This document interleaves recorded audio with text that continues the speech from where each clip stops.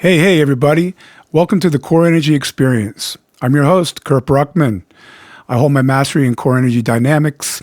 I'm a certified global coach. I write for Brains Magazine, a senior contributor that reaches over 65 different countries. I am also an acclaimed internationally best-selling author in an anthology, Ready, Connect, Grow. I'm here with my partner. He is our associate director and co-producer, Alex Fabio. Very fortunate to have him. We today have a very special guest. Her name is Lauren Levine. She is a host of That Was Fun Show, which she produces on the streets of Red Bank, New Jersey. Very fortunate to have her, and we look forward to talking to her some more. In the meantime, when you can, hit your buttons to like, subscribe, and comment. We appreciate your feedback very much. Hey, Lauren, how you doing today? Good to see you. I'm so happy to have you here. What's going on? It's good to see you too, Kurt. I was just thinking back to the time that we met, actually. Not sure if you were doing the same thing. I loved it was a quick, impassioned exchange in Little Silver, New Jersey. And it definitely opened up doors, which I think is kind of how you and I live. So it felt right. 100%. It was so exciting. You know, it was just that passing moment at the health food store, and the right words were spoken to each one of us. And then it was your guidance when you started out doing different things in the streets with your mic and whatnot. And you had me over, and I appreciate you doing that. That was so much fun. Thanks. The feeling is mutual. Yeah, you definitely carry a light. Yeah, you're beautiful. And what you do out there is great. So if you will, before we get into certain things, which we can hear we're leaning into, can you tell the audience a little bit about yourself, your past, what you're doing now, and where you might be headed in the future? It would be great. Yeah, absolutely. My name is Lauren Levine. I'm local to Monmouth County. Not sure if your audience, you probably have a little bit of a mix there, but We do, yeah. I was born in Atlantic City, New Jersey, totally random. It was the closest hospital to Long Beach Island, which is where my parents were living at the time. And they migrated up to Monmouth County, and I have really been all over the world. I haven't seen quite the fire that I find in my community members where I live in Fairhaven, Red Bank, and Greater Monmouth County, and I wanted to capture that. So I come from a family of filmmakers, not my immediate family, but generations back, who kind of put guerrilla filmmaking on the map. And I took that to video, and their whole mantra was they started in Israel and brought it over to Hollywood. And their whole mantra was a lot of people do the blah, blah, blah, meaning like talk about. We do the doing, which is what I do also. I know, right on, right? It's funny because I only discovered that a couple months ago. I didn't even know they existed, felt that way, pioneered independent filmmaking. And it's definitely something I've been living by. Even before I went to film school, but I did go to NYU, which is obviously very independent minded. And their push is you do the best you can with whatever you have in the moment, and stop sitting around and saying, I should have, I would have, I could have. If you have a broken camera and a friend, you go out and you make the gold. So that's what I do. And I brought that back home to New Jersey.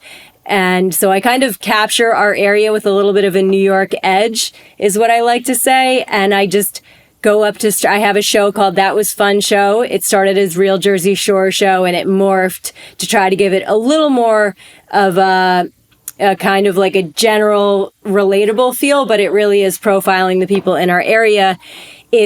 Has been on local cable. Right now it's living on social media. It's these 60-second clips of me bombarding strangers and trying to connect on a deep level and have fun with them. We never really know what's going to happen. And it's my lifeblood. It really is. I don't feel right if I'm not creating, and people are really supportive of it. Right now we're working on a demo to shop around to networks, but again, it lives on Instagram and TikTok, and it's called That Was Fun Show. So it's just my love letter to the area, and it's video. And in a time when we kind of can easily hide behind social media.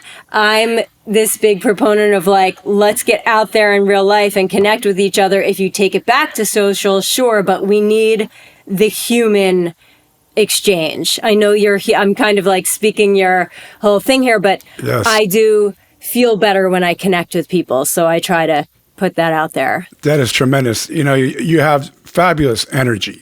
For the audience, I want you to know she's out and about. Lauren's out and about and very well received in the community. And it's all because of the energy. She will take people by surprise, which is a fabulous thing to do. Lauren and I were talking about it just briefly, and it's that sort of go time, now, let's do it now and see how people react. And it's the energy of all that, Lauren, that you have very special techniques in bringing that out in people.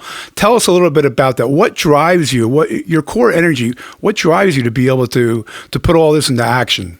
I think I'm kind of always very curious about people and their stories. I believe everyone has a story to share. And I really do think it makes the world a smaller place when we can have this common ground and compassion. Certainly, obviously, we don't all walk the same ethical lines, but I do hope that we can find some common ground. And I think especially when there's turmoil going on, if we can have that human touch, it ripples out. They say in meditation, if you drop a pebble in a pond, the ripple outwards effect, you hold the door for a stranger, that stranger holds the door for somebody else. Maybe they were having a bad day and you flip the switch by just doing this really innocuous thing. I try to do that with my series. Hey, what are you up to? I'm going up to strangers and I'm trying to stop them in whatever they're doing. People are busy. They're on their phones. They're carrying lunch. They're delivering something. They're late to a meeting. Hey, will you talk to me? And it's a mixed bag. Not everyone will say yes. People come with their own set of fears. What's she going to do with it? What are we going to do? And my content is unscripted, so I really never know where it's going to go. I'm much more comfortable without a safety net when I get a script, because I've done a lot of scripted work also. When I'm handed a script, I actually clam up a little bit. Will I deliver this the right way? Is this what the person wants? Am I being who they want me to be? When it's unscripted, all that goes. I'm just in the moment. So I do really love that. But I think I kind of tangentially, or I diverge there. What drives me is that I tend to be in my head a lot. And when I connect with someone, I've got to be present. I have to be there and I have to be listening and I have to be engaged. It's like dance. I grew up dancing. You really can only dance in that moment. You can't be thinking about dinner or whatever it was. You've got to just be doing the steps. And I do feel that way about doing the interview. I've got to just be doing the interview. So for me, I feel better. Makes me feel better. And I can tell it makes the other people feel better too. I cannot tell you the number of times a complete stranger has said to me afterwards, two things, and that's why we changed the name of the show. The two things they say is, that was fun, like they're shocked. And the second thing they say is, I just told you something I've never told anyone before, which is pretty cool. Love it. It's that rawness that you bring in, back to your point of being in the moment. And as we know, the action is always in the moment. And that's where we should concentrate more and more, to your point. And we become more authentic. Everything's more real. There's no, past dreaming and thought. There's no future dreaming and thought about projection. You capture it right there, and you're a pro at it. It's really fabulous what you do, because you bring all these things out that are part of our core energy, and people don't really realize this, but there's 4 things we have in common that part of core energy, and you're starting to speak all of it now, and that is we all have our own leadership, our performance, our well-being, and our transition. So when we bring it into the moment, to your point, all these 4 things are coming together all at once. And it's fabulous to see you approach people unbeknownst to them, how you're not sabotaging them, you're not booby-trapping them, you're just asking them to engage. And those that do, wow, what comes out, to your point, is really special. Let's go back a little bit. You mentioned dancing, and that's part of your core, it sounds like. what does the part of the dancing and being in the moment, did that help you transition into what you do in the streets with people? Do you lean into that? What else helps you lean into how you work with everyone that comes up to you and you approach? I do think that helped me. My mom had me on a stage from age 2 on. Wow. So yeah, I think inherently I'm used to connecting with people instantaneously. I've got to engage them right away. And I think I use the tools from coming up in dance. You've got a big audience in front of you. They're a little bit further away than what I'm doing. But this idea of I need to hook you in, you've got to watch me. I have to use my whole body, not just my words. And especially with dance, you're not talking. I do use my body as a tool when I'm on the street, especially when I'm approaching a stranger. I need to convey trust and safety before I even open my mouth. Love it. So otherwise, if they feel affronted, even if they do say yes, it's going to be a terrible interview. They need to feel safe, and they need to make sure, they need to know before I even press play or record that they're not going to be disrespected or misused in any way. So because they will frequently ask me, what are we going to do? And I say, I have no idea. They have to trust me to go on the ride. And I'm being honest. I have no idea what we're going to do. So I do very much use dance. I also have done a ton of cognitive behavioral therapy, and I think it's helped me be more vulnerable. I have worked with anxiety a ton, my own anxiety, but I also am sensitive to that in other people. And I really try to give them my heart, like crack open my rib cage and be raw and vulnerable with them so that they feel like no matter what they do, this other person is potentially going to be more raw and vulnerable than me.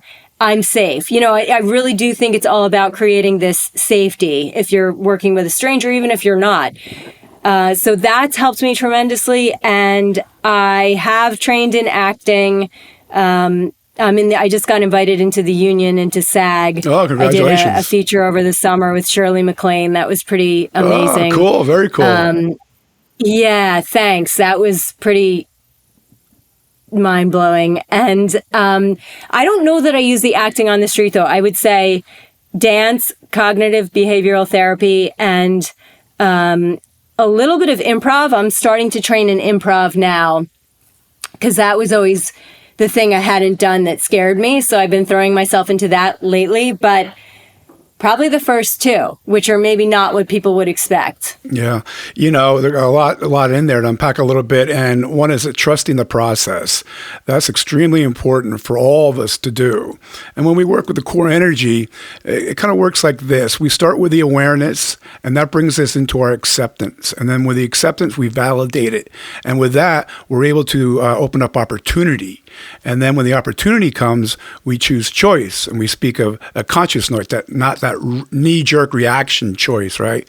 And with that, we have trust the process. That brings us into our transition, and then eventually into our transformation. So you can have the whole thing wound up in just seconds when you're out there, whether it's on the stage or you're out there on the streets or on dance. So it's really interesting that this is a part of you. And you talk about anxiety. Let's go there a little bit about that, Lauren, and unpack that for us, if you will.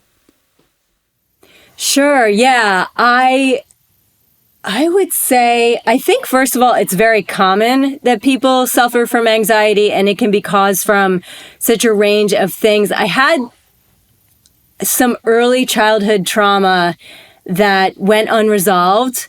And when I got into college, I started to have insomnia, and it was really pretty pronounced to the extent that I was afraid I was going to fail out of school. I really couldn't sleep, and I had worked so hard to get into NYU, so hard. I took loans and grants and scholarships. I was doing work study. Wow. My mom took out a loan. Wow. We were like really stringing it together. I really wanted to be there, and I was worried I was going to lose the whole thing because I could not sleep, and I would get to lecture and I was falling asleep, and I started going to therapy, and that's when I realized I had anxiety from my father and I were estranged at the time, and some other things too. But For me, it was surfacing in insomnia, as I said, and panic attacks, and just, an overall unease. So I would not say that I am totally free and clear of that. And I like to be honest about that, because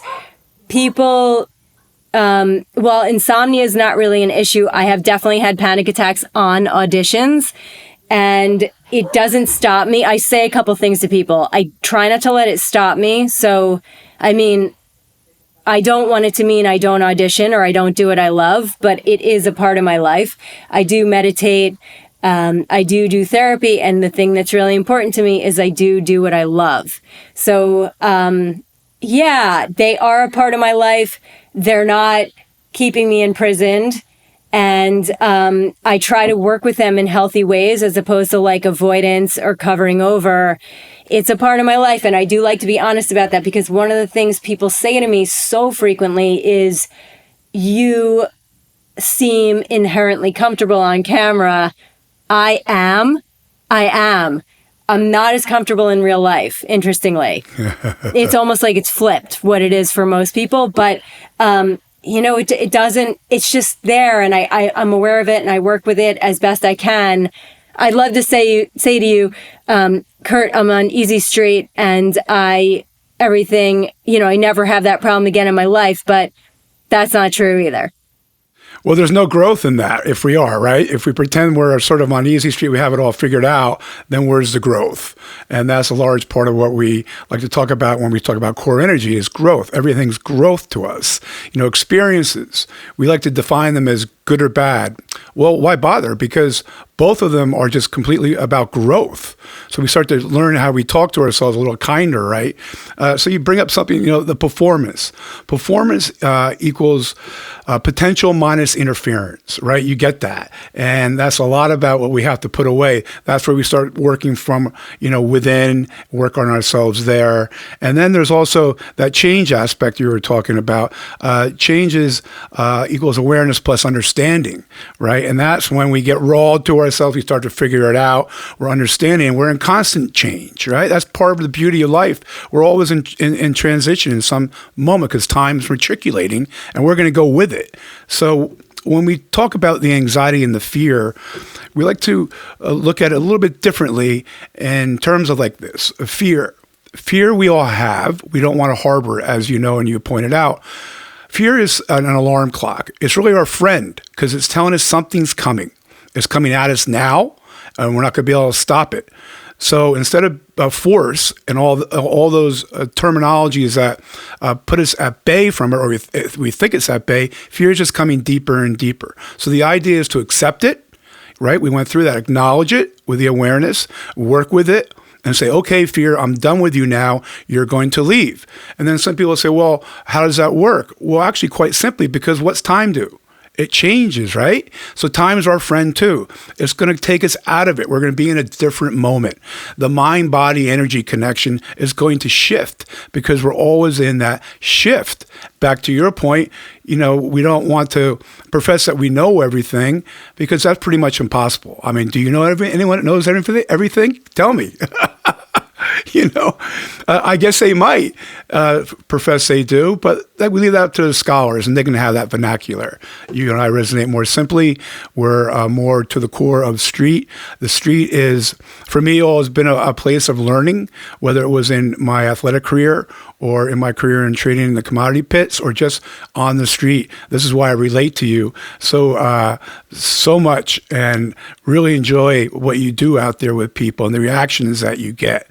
So how did you come up with the idea? Let's just go there for a minute for our audience. Educate them on what it was. What made you do it?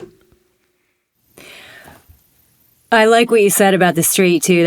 I got hooked on that. It is really kind of like this playground for creativity and just openness. I love that. That's beautiful. I think for me, it was the convergence of two things. So I first started at Boston University. That was the first college I went to. I had gone to Rumson Fairhaven. They were very Ivy League oriented when I was there. I was not an Ivy League candidate, though I did very well. It wasn't a fit for me, and I felt very lost. And I I actually recently, just a month ago, went back to the school to talk, and I was honest about that. And I think it was helpful for the kids just because it's okay to feel lost. Definitely. Adults feel lost. That's part of finding your way, falling off, getting back on, all that stuff. But anyway, I got to BU, and I didn't know what I wanted to do. I was still lost once I got to college, and friends said, hey, there's this TV station that BU runs content on. We think you'd really like it. Why don't you come to the studio one day and just volunteer and check it out? I had no idea what they were talking about. So I went, and I stepped foot on the soundstage, and I knew I was home. And I worked a camera, I did some odds and ends things, and they asked me to try out for a co-host. It was a street interview variety show. So they brought camera crew on the street, interviewed strangers, did man on the street pieces. They would come back to the studio, have musical guests, skits, things like that. And Kurt II, they threw me. I had no clue what I would be doing. They said, you're going to shadow the host and see what he does. And someone made the decision to throw me on camera. And I didn't know it was coming. It was the best for me, best possible way this could have gone down. And years later, they told me that they said behind the scenes she could teach our current host a thing or two. Uh-huh. And I just was in my element. I was talking to strangers. I was interviewing them, making banter, but natural, vulnerable, fun. And they offered me the co-host job the next day. Wow. And so I did that in college for local cable. It was like 1 million homes, I think, was the audience. And I loved it. And then went to NYU, ended up working for Miramax, which was in its heyday at the time. Weinstein Brothers, learned a ton, went to Sundance, went to festivals, came back to New Jersey, worked in fashion for a little while, did advertising, got pregnant, decided I wanted to take some time off. That ended up being a mistake and a boon because I really wasn't happy not working, but I kind of got in touch with what do I really want to do?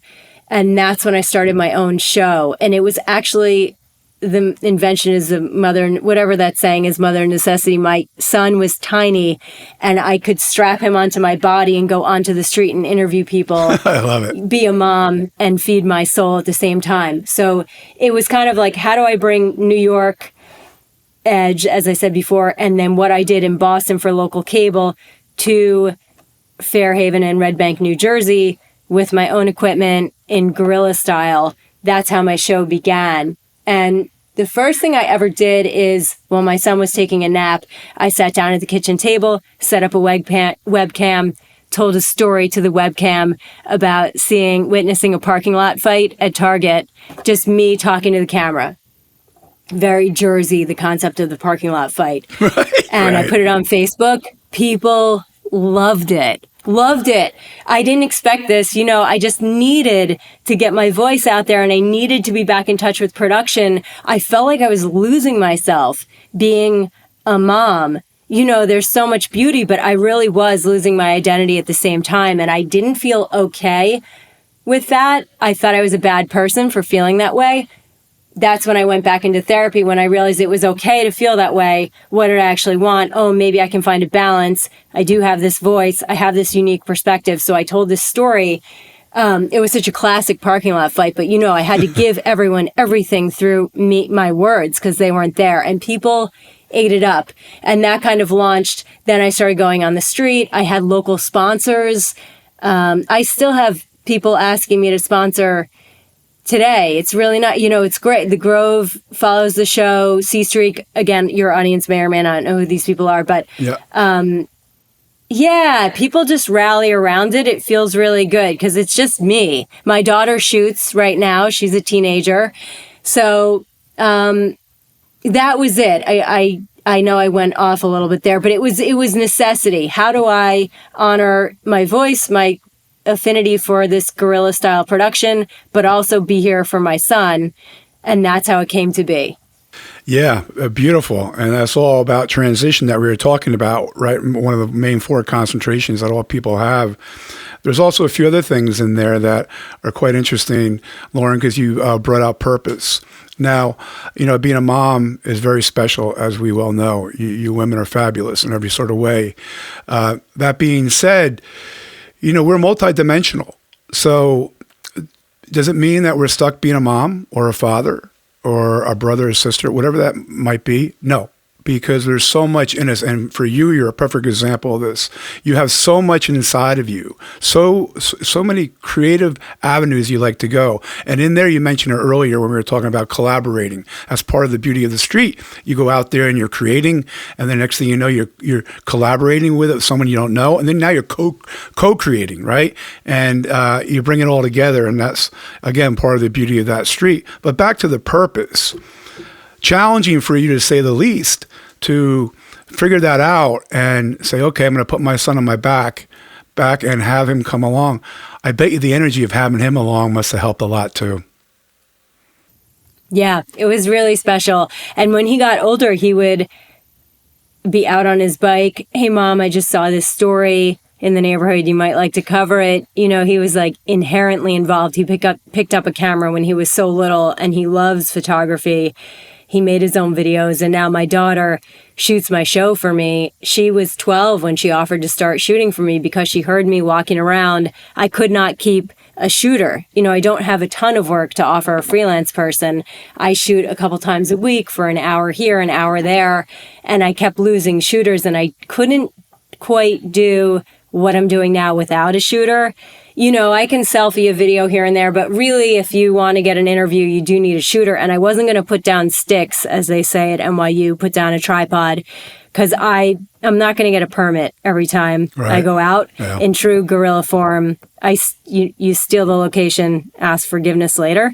Right. And so I love that's a great phrase. We don't get caught up in bureaucracy. There we go. No politics involved, right? Don't want any of that stuff. No, because they'll never get it done if you do that. That's right. And then we lose, again, back what you and I really enjoy, and that's the authenticity and being raw in the moment. That's where we should all of us should concentrate on being more and more focused. And I think we're coming into it, coming from the generations of the analog and then tripping into that 2000 YK, everything's going to go black. And then, the digital world came in stronger. The pandemic hit. There's been so much that has been happening so quickly, like more and more people are identifying. You see it. You're out in the street. You see more and more people coming out, more and more people making themselves available to speak to others. No more of this isolation. We don't succeed in isolation. So it's really important for us to understand that, come on, take your chance. We call that calculated risk, right? Take a calculated risk. It's going to happen one way or another. We're going to be in motion one way or another. So why not be a little more aware and cognitive of it and to help push it along. So, oh my gosh, it's so fun having watched you launch pretty much to where you are now, because people pine when I see when you approach them and the mic's on, the camera's rolling, and people say, yeah, I know you, you're that woman, and they get it right away, and they're more than willing to engage from every age. And I want to go there with you because there's a lot of things that you're doing other than just being entertaining people. And all this, entertaining people on the street, you're drawing things out of them that are very important to understand what's going on in life. So let's go down that road a bit, Lauren, because you do speak to all generations. And I've been kind of trying to take inventory when I watch the shows. If it's an older generation, how they handle the question. I'd like you to put that out there for us, and the generational aspect of it. How is that? Yeah, it's really interesting because when I did this most recent launch with my daughter, I was overwhelmed by the turnout of the teenage generation. I would say 85 to 90% of my audience is teens. I never expected that. I figured I'd be interviewing my contemporaries. I'm 49, so I figured it would be my age and up. Did not for a second think it would go younger. they have rallied around the show, I think, one, because they're more comfortable with the medium, whereas your and my generation isn't as comfortable. And the other thing is that I am giving them a place where it's safe to be themselves. And I do take that very seriously. I think the message there is it's okay to be who you are. I feel really strongly about that. I don't overtly say it, but I think I live it and show it. And I do struggle with it myself. So it's not like it comes easy for me, but we need it. You know, we're bombarded by social media showing us and telling us who and what we're supposed to be and where we're supposed to go and how we're supposed to look. And I don't know who fits that mold. I think most people don't. And it can have such negative repercussions. So I'm out there on the street saying, you, as you are right now, whatever you're doing, I want to know about it. And I think they like that. So I would say, yeah, it's interesting to see the way your and my age reacts to me versus the teenage way. The teenagers tend to wait for me on the street and come running and screaming up to me. Whereas my age group, I have to chase down a little bit. That's okay. That's real life. You know, we don't want everyone to be the same. Much more trepidation, though, is with the older generations, which I didn't think would happen because I'm that generation. So I figured they would be like, oh, okay. But no, not the case. Yeah, I never know what's going to come down the pike, but I am continuously surprised. On Instagram, my following it's the area high schools, the kids, you know, my kids' contemporaries, but they are watching me out there and waiting for me. They like seeing their friends also. But I do think there's something to be said for, hey, they call me Fun Lady. There's Fun Lady. She's working to be comfortable in her skin. You know, that's for us. Awesome. Right there. I mean, it couldn't be a more complimentary statement than say, hey, that's Fun Lady over there. And people want to engage more and more in that these days, right? They want to keep it a little lighter. We see that the younger generations pining for that. And the older too, they're beginning to realize, well, in this stage of life, maybe I'm slowing down whatever way that is, or maybe I'm going to retire. I think less and less people are retiring. Personally, for me, retiring is our last breath. So I'm going to be doing this forever, you know, and I have a funny feeling that I have a partner out there and you will be doing the same thing because it's so entertaining to see how people are going to handle the questions, how they're operating. And more of us are realizing and enjoying the collaboration, and making mistakes is okay. You know, that limiting belief that's been handing down for generation is so dissipating. You know that your grandparents, how they taught your parents how they should grow up and execute themselves, and how you and I are teaching ours are very, very different from generation to generation.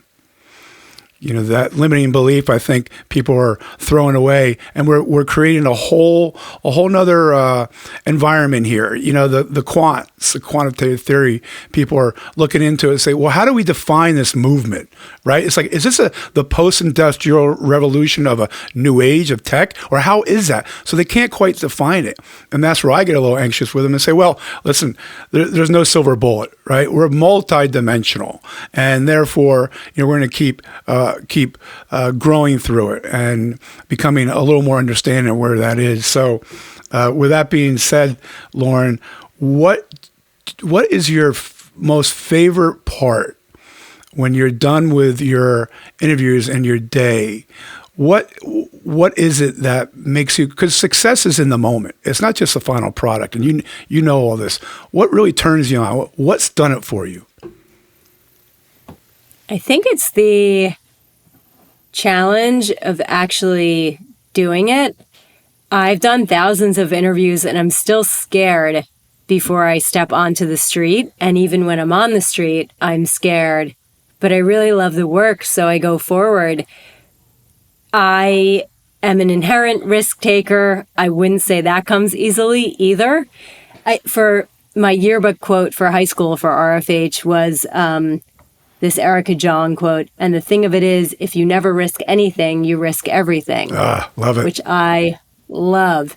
And so I would say the part that really turns me on, and we just started bringing this into the show because people were asking about it, I started showing the rejections. You know, I can't show all of them because it kind of depends what we are comfortable. You know, we only want to show what we feel comfortable. If someone's upset or we don't show any of that. But Sure. Yep. not upset with me, but, you know, uncomfortable about themselves. We don't show that. Sure. If there's a minor, we don't show that stuff unless they've given us permission.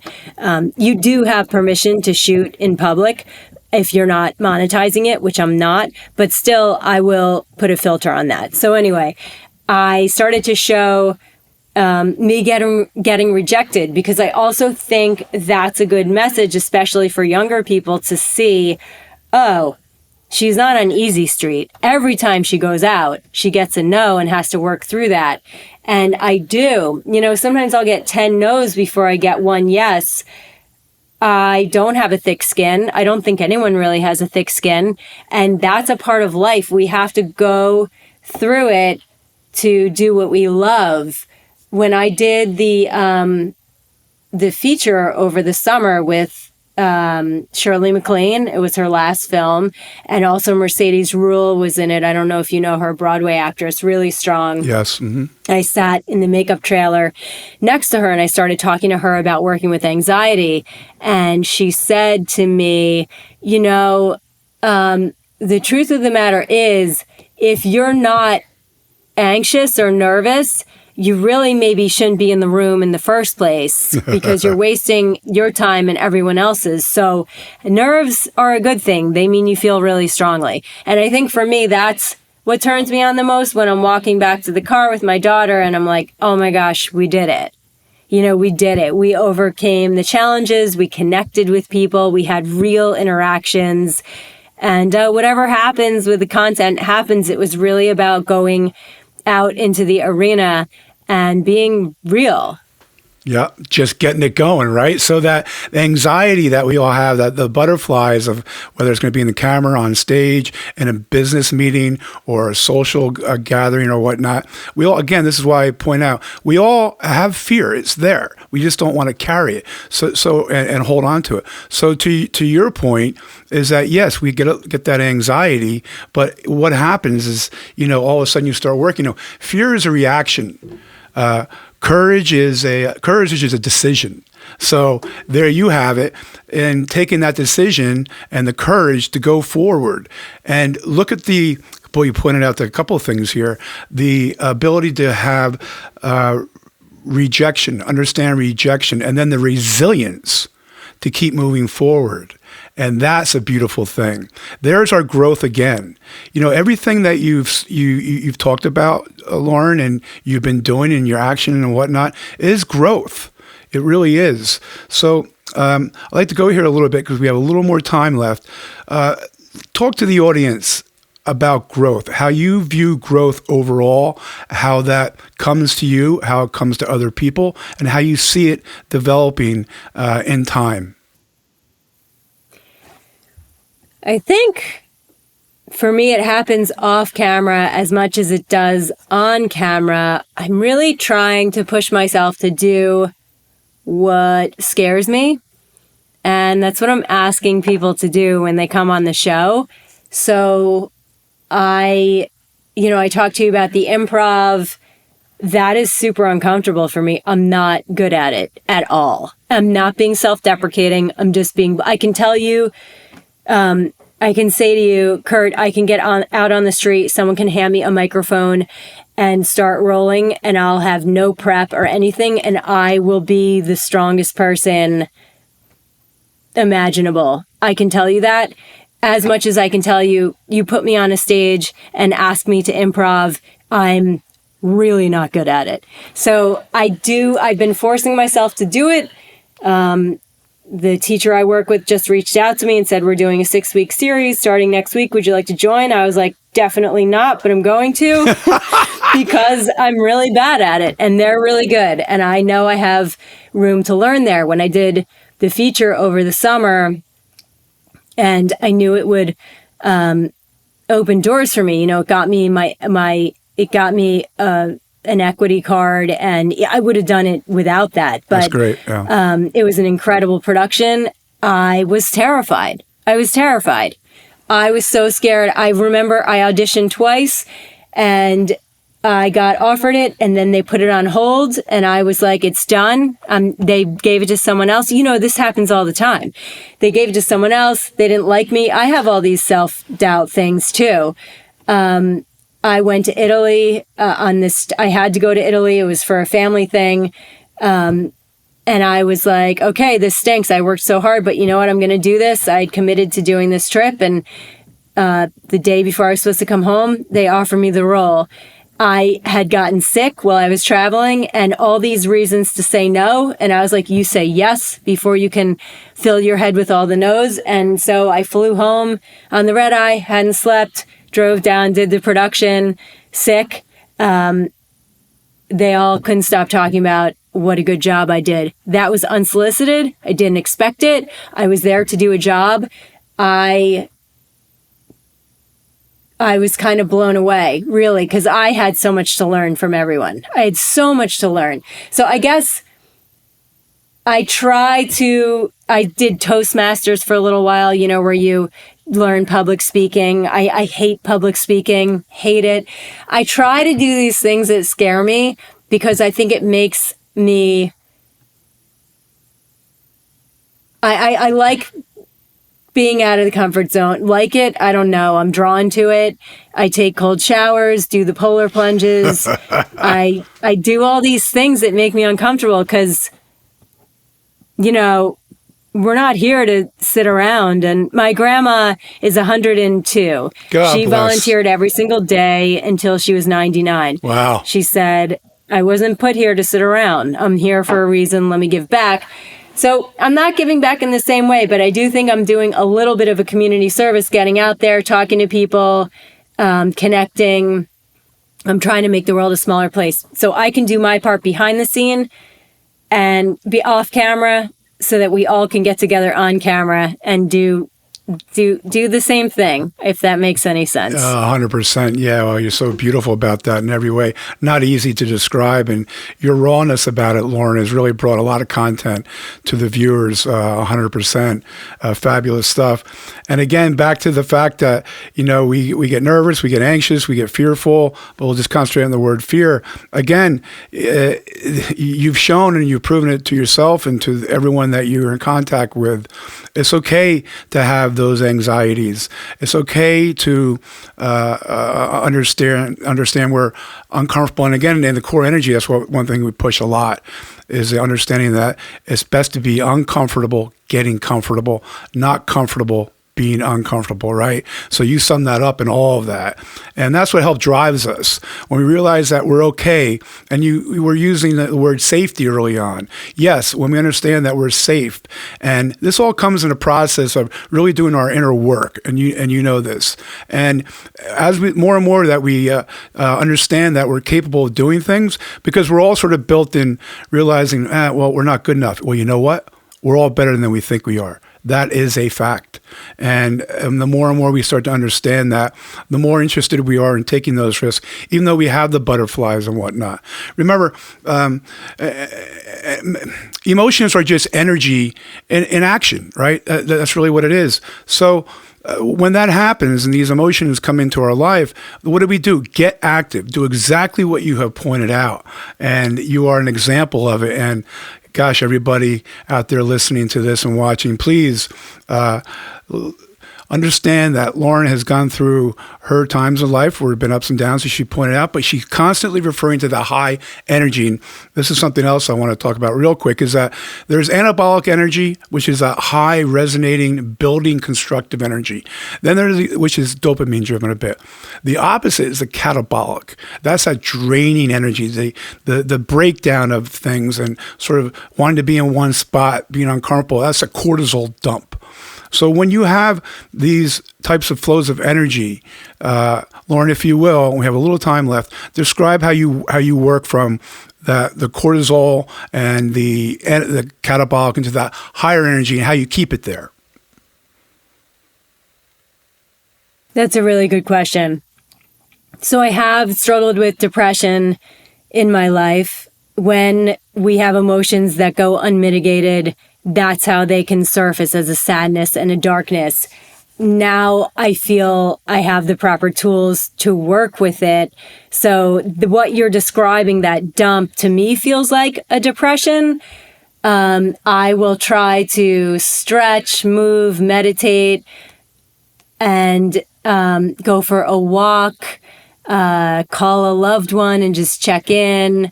You know, my grandma, I said, is 102. If I can send her a little love, or I'll make content. I really feel at home making content. You know, I try to say, like, what drives me?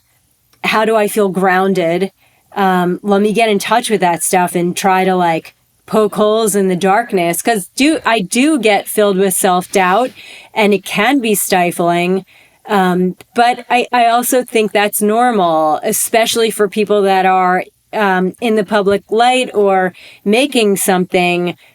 Sometimes people are going to be mean. I try not to read stuff and all that, but I do make that mistake, and it does get me down. Sometimes it's funny with that. It usually can roll off if it doesn't hit home. If it's hitting on a self-doubt I already had, it stays with me. So that person almost did me a favor, because then I have to look at that, you know? But anyway, So I just try to use the tools that I've gleaned over life. And I think go out, walk, talk to someone, move. I try to be outside a lot, go to the beach, and make content, be with family, friends, get in the community, all that good stuff. Different things will speak to different people, but yeah. But overall, you're right there. Different things will resonate with different people. But overall, there's that one word, and it's so important for all of us to adopt in whatever we do in life, wherever we are, and that's action. Take your action. Trust your process. This is all what you've been doing and talking about, Lauren. It's been fantastic content, and we're so happy and fortunate to have you on today. You've been a very special guest, and I would just like to ask one question before we sign off. If there's something that you could ask of the world, there's something that you could contribute more than what you're doing in the moment, what would that something of the world be, and how would it look? I think this maybe seems so simple, but I think we're better off when we talk to each other.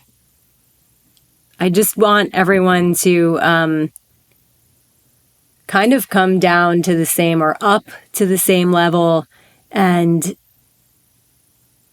I'm big on connection. I don't know if that's where you were going with that, but I'm not going anywhere with it. It's a question for you. Yeah, I think just if we could table all our stuff and just try to keep the electricity flowing between all parties, that's what I would ask. I think it's just changes lives. Boy, I am with you 100%, because communication is, to me, so important. And I've found it, and I've worked with it, studied it. Communicating when it's the most difficult is the best. And people shy away from that, from all the reasons we know, right? Withdrawing, don't want to hear they're right, the other one's wrong. But with the understanding to go into a communication when it's the most difficult, we all learn, who's ever engaged in it, we learn about the issue at hand, we learn about the other side, and most importantly, we learn about ourselves. So everyone, communicate, keep on communicating, keep trusting yourself, trust your process, stay in action. Lauren has been wonderful in explaining all that in her beautiful life journey. And Lauren, we wish you the best going forward, always and forever. We do have repeat guests coming on, and I hope you'll be one of them. Now, everyone out there, whatever platform you're on, and we are on LinkedIn as well as YouTube, Spotify, Apple, all the platforms, please press your button, like, subscribe, and comment if you will, and we'd appreciate it. So all out there, stay in action, trust your process, and stay empowered. Thank you.